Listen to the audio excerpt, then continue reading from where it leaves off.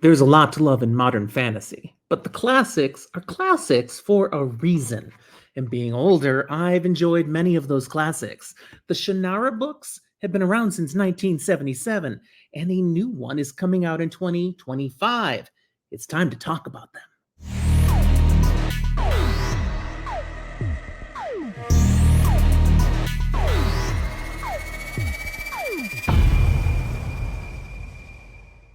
Welcome to Fantasy for the Ages, the show where father and son talk about fantasy, science fiction, and other nerdy things we enjoy. Today, just Jim here, bringing a quick take episode to you about one of my favorite classic fantasy fiction series. I'm on location, I'm in an Airbnb. The signal may be interesting. My hands may disappear once in a while. That's kind of fun.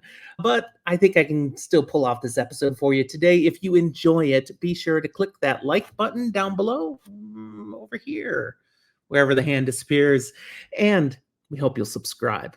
Thanks. Let's talk about the Shannara books. Terry Brooks began the Shannara series with 1977's The Sword of Shannara. It's okay.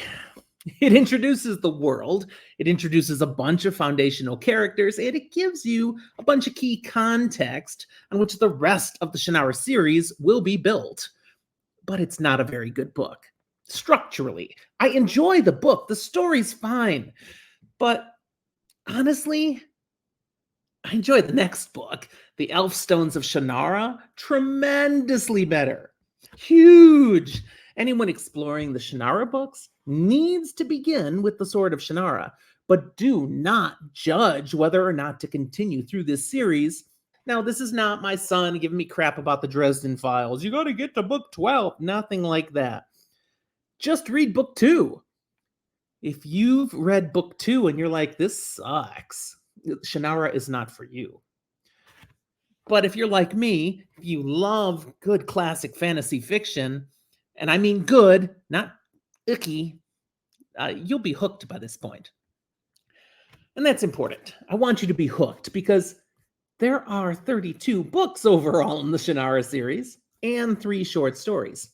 This is a completed series, with Terry Brooks having come out with the final book, appropriately named The Last Druid, in 2020. But now Terry Brooks has announced he's got a new Shannara book coming out, and it's going to be one of a number of additional books. This next one will come out in March of 2025, so we've got about 9 months before that next one comes out. Now, again, the story is done. The primary narrative is finished. What Terry Brooks is doing is going and giving us more backstory and stories about characters who were in the primary narrative somewhere along the way, but we didn't get enough. He thinks there's great, rich material to still work with. And this first book coming out, Gallifile, yeah, I agree. That's a hugely important character in the overall narrative whom we barely see in the actual events appearing in the books. So it should be fun to have more of his story to read. But this brings to mind, with this new book coming out, if you've never touched the Shannara books, should you? Is it worth your time to invest in this sequence? Especially, do you want to fully appreciate the brand new book coming out? You're going to want to read the rest of the series first. So, should you? Well, everyone's taste is subjective, but I'd like to help. Here's 5 reasons why you might fall in love with the Shannara books. Number 1, it starts like traditional fantasy, but you come to discover fairly quickly this is really a post-apocalyptic story. You've got humans, elves, dwarves, gnomes, even trolls. But these aren't quite the creatures you think they are. Well, one of the races is, but that's complicated. And I'm not talking about the humans. And I can't tell you more about this point without it being too big a reveal. This is a spoiler light episode. I'm not going to ruin this for you. But I will tell you, again, you'll learn this very quickly. This is our planet. This whole thing is based far in the future of the world we know. And how it gets there is brilliant. Number 2, the Druids. Science got the world in trouble. So science is icky. But hey, what about magic? Well, magic's dangerous. Everybody knows that. When people have things they don't understand or that scare them, they tend to avoid them. But nothing good comes from that.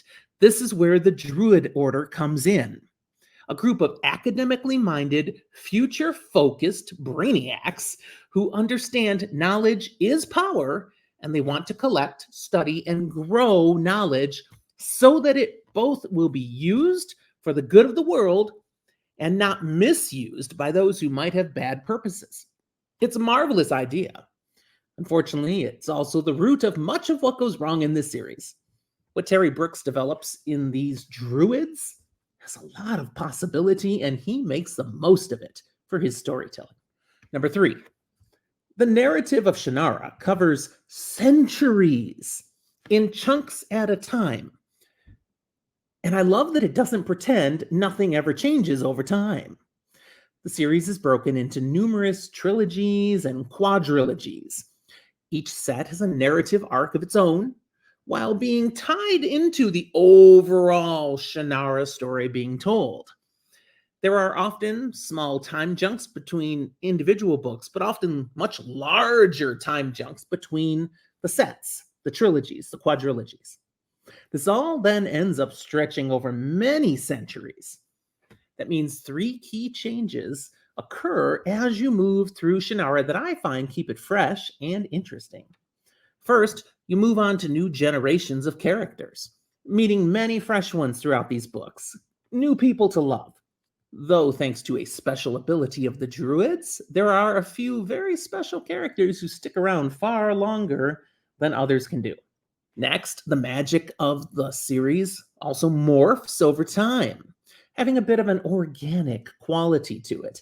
It makes sense in the series that what once was true about magic changes as you continue through the centuries, which leaves you with new challenges and, as a reader, ever more to discover.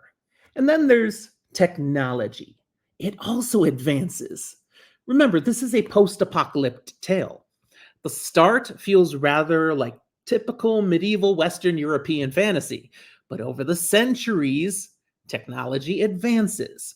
There's a new industrial revolution, and this directly impacts the narrative, very logically so. But also, it does it in ways that Brooks uses quite creatively to create riveting stories. Okay, my 4th reason, the Ohmsford family.